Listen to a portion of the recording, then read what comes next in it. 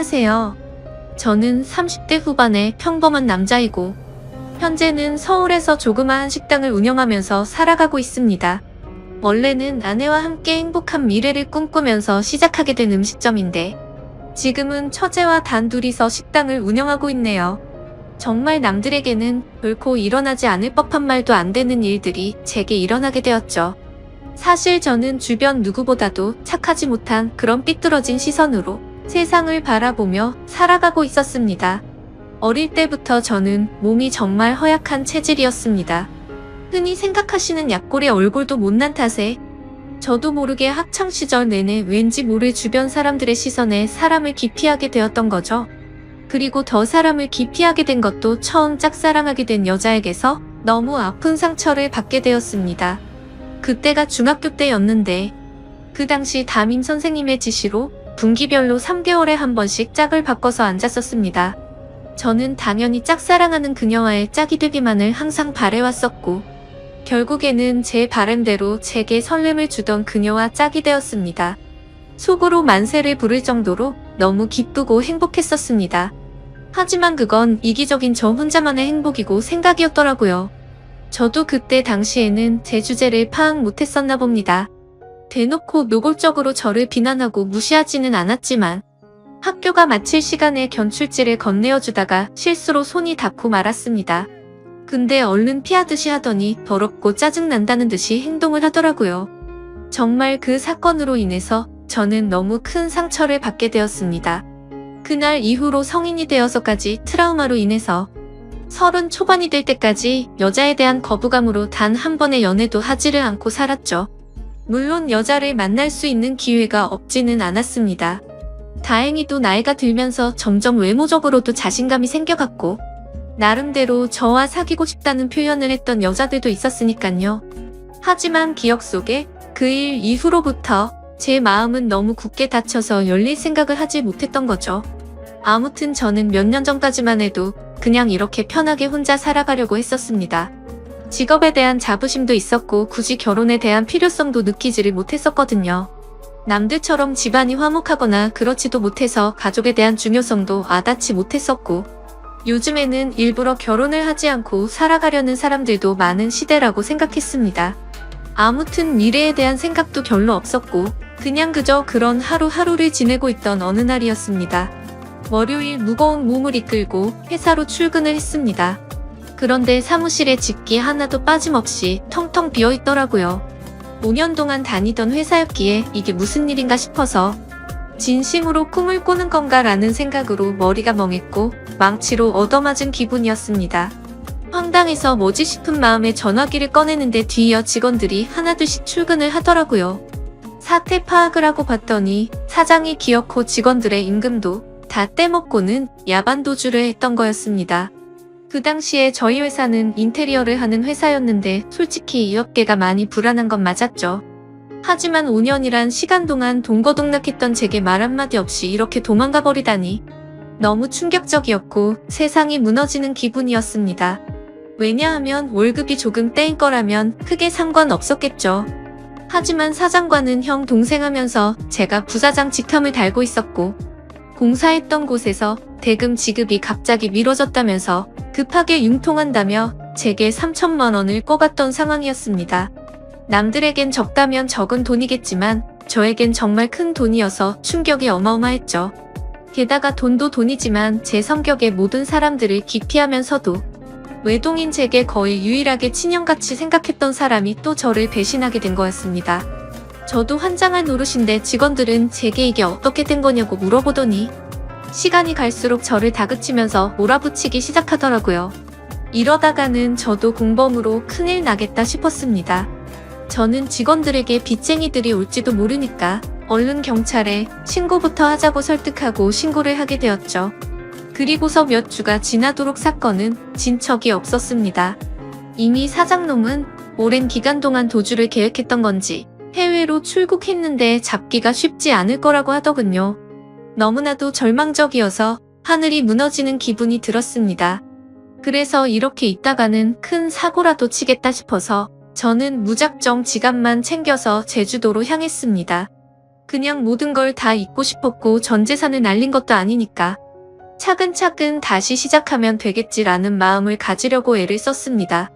아무튼 그렇게 저는 제주도에서 가장 외진 곳에 위치한 펜션에서 숙박을 하게 되었죠. 사실 그때는 아무리 마음을 차분하게 먹으려고 애써봤지만 도저히 정신이 온전할 수가 없더라고요.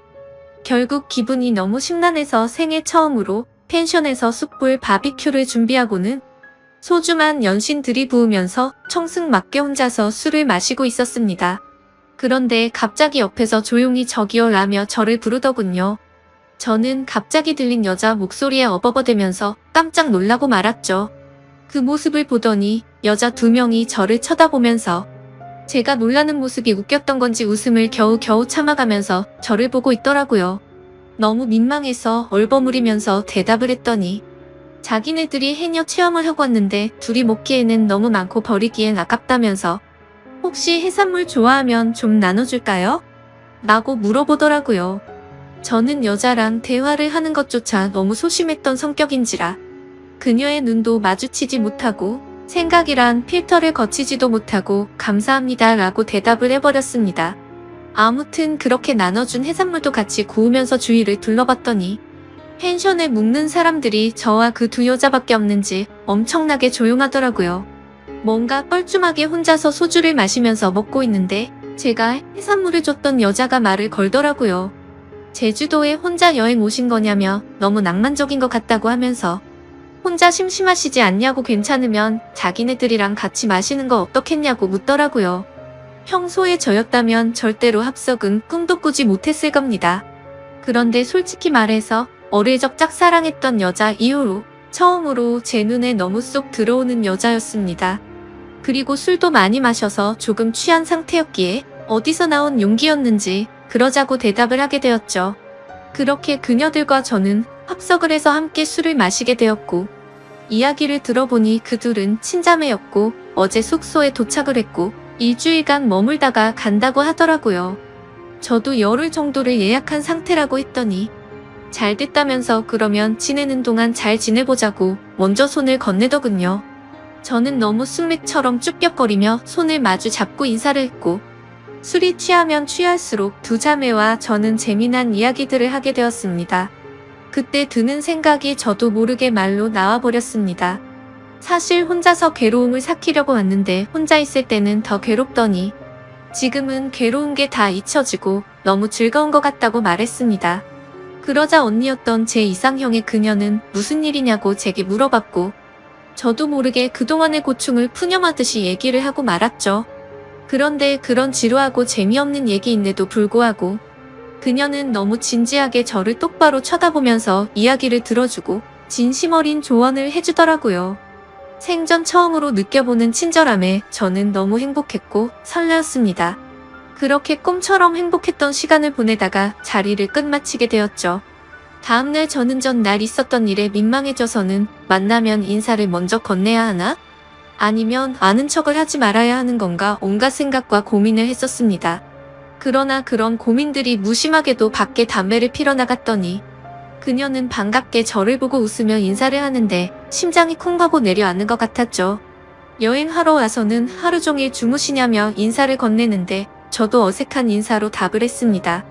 그러더니 오늘 우리 같이 밥 먹으러 가기로 한 거 잊었냐면서 묻더라고요. 저는 취한 나머지 해선 안 될 짓을 했구나 싶었고 괜히 여행 방해되고 싶지 않다며 어제 했던 말은 잊으라고 말하며 재밌게 여행을 즐기라고 했죠. 하지만 그녀는 끝내 고집을 피우더니 결국 그날 하루 종일 2 자매와 저는 여행을 함께 보내게 되었습니다. 그러다 보니 자연스럽게 그녀들과 저는 같이 붙어 다니며 매일같이 여행을 함께 즐기게 되었고 정말 꿈만 같던 시간은 너무 순식간에 지나가 버리더군요. 그렇게 2 자매의 마지막 날이 되었습니다. 솔직히 좀 많이 서운하더라고요. 고작 며칠밖에 안 되는 시간 동안 저는 그녀에게 더욱 빠져들었고 마지막 인사를 건네는데 저는 도저히 용기가 나지 않았습니다. 그때 그녀는 갑자기 제게 포옹을 하면서 덕분에 즐거운 여행이었다고 말을 건네주더군요. 너무 외롭게 살아오던 저는 순간적으로 마음이 울컥해서 눈물이 날 뻔했습니다. 그렇게 그녀들을 떠나보내고 혼자서 남은 여행을 보냈는데 이건 도저히 여행이 아니다 싶더라고요. 행복한 시간들이 끝나고 나서 또다시 괴로움이 시작된 건 아니었습니다. 오히려 그녀와 지낸 시간들 덕분에 괴로움은 이미 잊은 지 오래였고, 그녀를 또다시 보고 싶다는 생각이 너무 간절해지더라고요. 그래서 저는 인생을 살면서 가장 큰 용기를 내게 되었죠. 평생 혼자서 살다가 연애는 꿈에서조차 생각 못하던 제가 그녀와 함께 행복한 시간을 갖고 싶었습니다. 집으로 돌아온 저는 진짜 하루 종일 고민을 하다가 용기를 내서 그녀에게 전화를 걸었습니다. 어두침침한 제 성격과는 다르게 그녀는 반갑다는 듯이 밝게 전화를 받아주었습니다. 저는 조심히 잘 가셨는지 해서 연락드렸다고 하니까 그녀는 그렇지 않아도 조심히 여행 잘 마쳤는지 궁금했다고 되물어 봐주더군요. 그렇게 몇 마디를 주고 받게 되었고, 어차피 제가 말을 잘하는 편도 아니었기에 단도직입적으로 말했습니다. 제가 주말에 서울에 일이 있어서 가게 됐는데 시간 괜찮으면 밥이나 먹을까요? 라고 물어봤습니다. 그러자 잠깐의 고민도 없이 그녀는 그러자고 대답을 했고, 약속을 잡은 뒤에 통화를 끊게 되었죠. 얼마나 긴장을 했던 건지 손이 떨리고 등에 땀이 흘러내릴 정도였습니다. 며칠 뒤에 약속 시간에 그녀와 다시금 만나게 되었고, 행복한 시간은 또 다시 순식간에 흘러가더라고요. 그날은 그냥 정말 보고 싶다는 생각이 갔던 거지 고백을 하려거나 그런 마음은 전혀 없었습니다. 하지만 마지막으로 들어간 와인바에서 와인을 마시다 보니 또 헤어지는 게 너무나 슬프더군요. 저는 그녀에게 앞으로도 계속해서 보고 싶다고 말했습니다. 그러자 그녀는 다른 여자들과 달리 제 마음을 알아줬는지 더 이상은 떠보지 않았고 제 손을 잡아주더라고요. 그렇게 제 인생에서 가장 사랑하는 그녀와 저는 연인이 되었고, 남들에겐 힘들다고 하던 장거리 연애가 제게는 너무나 행복한 나날이었습니다. 아무리 멀다 한들 그녀를 매주 볼 수 있다는 건 제게는 너무 과분한 일이었죠. 우리는 그렇게 행복한 연애를 3년간 이어갔고, 그녀 덕분에 저는 과거와 비교하면 너무나도 정반대의 사람이 되어 있었습니다. 새로운 직장에서 사람들과 웃으면서 대화도 잘 이어갔고, 성실하고 착한 그녀를 따라서 고아원의 봉사활동을 다녔는데 제 마음이 너무 평온해지는 걸 느꼈습니다. 하루하루가 너무 행복해졌고, 이렇게 살아갈 수만 있다면 가정이라는 걸 꾸려서 평생을 행복하게 지내고 싶다라는 생각이 들더라고요. 저는 그렇게 달라진 제 스스로에게 결심을 하고 그녀에게 청혼을 하였습니다. 그녀는 제 청혼을 받아주었고, 저희는 결국 사랑의 결실을 맺게 되어 결혼을 하게 되었죠. 그 당시에 아내는 서울에서 처제와 함께 조그만한 식당을 운영하고 있었습니다. 그래서 아내와 상의 끝에 제가 이직을 하기로 했고, 결혼을 하면서 제가 서울로 올라오게 되었죠. 아내와 저는 인생에서 가장 행복한 부부처럼 그 누구도 부럽지 않게 지냈습니다. 결혼한 지 2년 동안 한 차례도 다툼이 없을 정도로 주변에서 누구나가 예쁘게 봐주었죠. 그렇게 행복한 나날들을 보내다가 제가 다니던 회사가 또 다시 부도가 나면서 저는 일자리를 또 잃게 되었습니다. 그때부터는 이렇게 불안한 직업을 하는 게 맞는 건가라는 고민에 빠져들었고, 막상 또 새로운 일자리를 구하려고 하니 직장 생활에 지쳐 있었죠. 그러다 힘들어하던 중 아내와 더 오랜 시간을 붙어 있고 싶었고, 그동안 모은 돈을 보태어서 새로운 식당을 여는 게 어떨까 생각이 들었습니다. 저는 인테리어 회사를 다니던 경험을 살려서 아내가 모르게 직접 발품 팔아서 새로운 식당 자리도 알아보고 양식에 어울리는 인테리어 포트폴리오를 만들어서 아내에게 말했습니다. 더 이상 내 일에 흥미를 잃어서 직장에 다니는 건 그만하고 당신과 첫째를 도와서 가게를 더 크게 해보고 싶다고 하면서 설명을 해줬죠. 한참 아무 말 없이 지켜보던 아내는 제 선택을 존중해주면서 그러자고 했고, 그날부터 저와 아내 그리고 처제는 새로운 식당을 열기 위해서 분주하게 준비를 했습니다. 결국 저희는 나름 작지만 예쁜 식당을 열게 되었고, 기대 이상으로 식당은 장사가 잘 되었습니다. 제 선택에 있어서 정말 많이 불안했고 걱정도 많았는데 이렇게 행복해도 되나 싶었죠. 아내도 솔직히 오랫동안 해오던 가게를 옮기는 게 불안했고 무서웠는데 저 하나만을 믿고서 그 큰 결정을 바로 내려줬던 걸 알게 되었습니다. 저는 착한 아내에게 너무 고마웠고 평생을 행복하게 해줄 거란 마음을 제 가슴에 되새겼죠. 하지만 하늘이 너무 원망스럽게도 제 바람과 그 행복은 산산조각이 나게 되었습니다. 아내가 일을 하던 도중에 갑자기 쓰러지게 되었습니다. 처음에는 가게가 바쁜 탓에 과로해서 그런 거겠지 하며 아내를 안심시켰었죠. 며칠 뒤 정밀 검사를 받아본 결과가 나왔고 의사 선생님은 너무 위험한 위치에 암이 발견되었다고 말하더군요. 드라마나 영화에서나 들어봤지. 이런 일이 제 아내에게 생길 줄은 정말 상상조차 못했기에 그 자리에서 바로 눈물이 났습니다. 의사 선생님이 말을 이어갔습니다. 이런 말씀드릴 때가 자신도 가장 마음이 아프다고 하면서요. 솔직히 말해야 할 것 같다며 아무래도 너무 위험한 수술이 될 것 같다고 하면서 아내분에게도 솔직히 말씀을 드려야 한다고 하더라고요. 그 말을 듣는데 아내를 처음 만났던 제주도에서 처음 만난 그날 밤이 떠오르고 그동안의 일들이 순식간에 주마등처럼 지나가는데 저도 모르게 애처럼 펑펑 울어버렸습니다. 아내에게 이 모든 사실을 솔직하게 털어놓는다는 게 너무나도 어려웠습니다. 하지만 저를 저보다도 잘 아는 아내는 저를 보자마자 눈치를 채더라고요. 펑펑 울어서 알아본 건지 너무 경직되어 있는 저를 알아본 건지 저는 있는 사실 그대로를 말해줬습니다. 아내는 괜찮은 척하면서 오히려 저를 위로해주면서 말을 하더라고요. 솔직히 너무 무섭고 화도 나고 슬프지만 저를 만나서 그동안 너무 행복했다며 그래도 위험하긴 하지만 끝까지 포기는 하지 않을 테니까 좌절하지 말자고 하더군요. 그 말을 듣는 순간 제가 너무 부끄러웠습니다. 정작 아픈 아내는 저렇게 용기를 내서 힘을 내려고 하는데 도저히 저부터 무너질 수가 없었습니다. 처가댁에 연락을 해서 이 사실을 말씀드렸고 장인어른과 장모님 그리고 처제는 아내에게 찾아와서 미친 듯이 펑펑 울었습니다. 그러자 아내도 그동안 참았던 눈물이 터진 건지 애처럼 펑펑 우는데 정말 가슴이 찢어졌습니다. 그렇게 아내는 항암 치료를 시작하게 되었고 날이 가면 갈수록 급속도로 야위어가는 아내를 보고 있으니 모든 게 너무 원망스러웠습니다. 괜히 나를 만나서 아내가 이렇게 아프게 된 것만 같고 죽을 만큼 너무나도 힘이 들었습니다. 그렇게 힘든 시간을 지나서 아내의 수술이 있기 전날 밤 아내와 저는 한참 동안 이야기를 나누었습니다. 그때 처음으로 알게 되었던 건 아내도 제주도에서 처음 본 그날 저에게 호기심이 생겼고 관심이 갔었다고 하더군요. 그래서 다음날 같이 밥 먹자는 약속을 한 적이 없었지만 일부러 거짓말을 해서 같이 합류해서 여행을 한 거였다고 하더라고요. 물론 제 여행을 방해하고 싶었던 건 아니었고 제가 그날 밤 혼자 있을 때 더 괴롭다고 했던 말이 밤새도록 신경이 쓰였답니다. 제 아내의 성심이 깊은 건 알았지만 그 말을 듣는 순간 눈물이 멈추지가 않더군요. 그러면서 수술이 어려운 건 우리 모두가 다 잘 알고 있는 사실이니까 지금 말을 해야겠다고 하더라고요. 혹시라도 자신이 잘못되더라도 제발 당신 탓이라고 생각하지 말고 행복했으면 좋겠다고 말했습니다. 그리고 우리가 함께 시작했던 가게도 자신에겐 너무 행복한 추억이 가득한 곳이니 슬픈 감정보다도 행복한 추억을 떠올리면서 계속 지켜달라고 했죠. 그렇게 밤새도록 저희는 끊임없이 많은 대화들을 나누었고 결국에 제가 인생에서 가장 사랑하던 제 아내는 이 세상을 떠나고 말았습니다. 아내를 떠나보내고 하루하루가 너무 괴롭고 인생이 무너진 듯 슬펐습니다. 솔직히 돈 몇천만 원 사기당했던 건 정말 세 발의 피조차도 안 될 정도의 괴로움이었습니다. 정신 나간 사람처럼 죽을 만큼 술을 마셔대기도 해봤지만 다 소용없었습니다. 시간이 지나면 이 아픔이 줄어들 수 있을까 싶은 생각만 가득했습니다.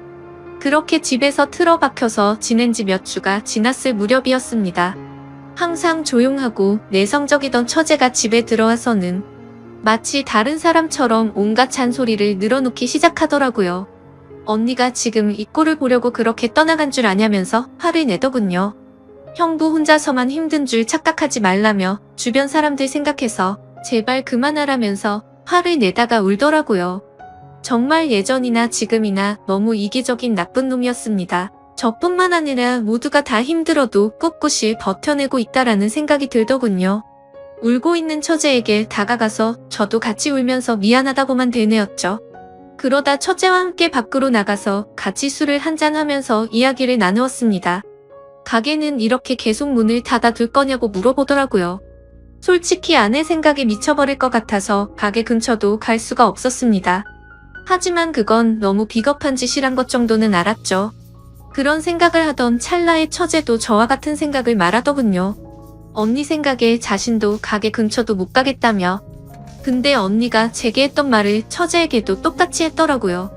마지막으로 부탁한다면서 좋았던 추억 가득한 가게를 계속했으면 좋겠다고 했답니다.